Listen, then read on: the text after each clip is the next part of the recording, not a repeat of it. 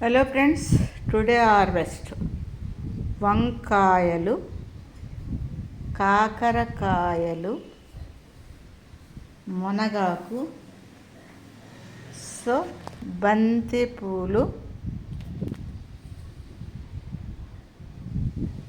పునర్వ,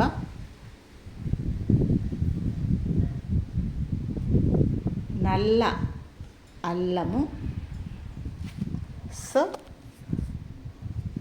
తోటకూర, కరివేప, మునగాకు, కొత్తిమీర అండి, మనదే కొత్తిమీర కొంచెమే కోసుకొచ్చాను. ఇది మన హార్వెస్ట్.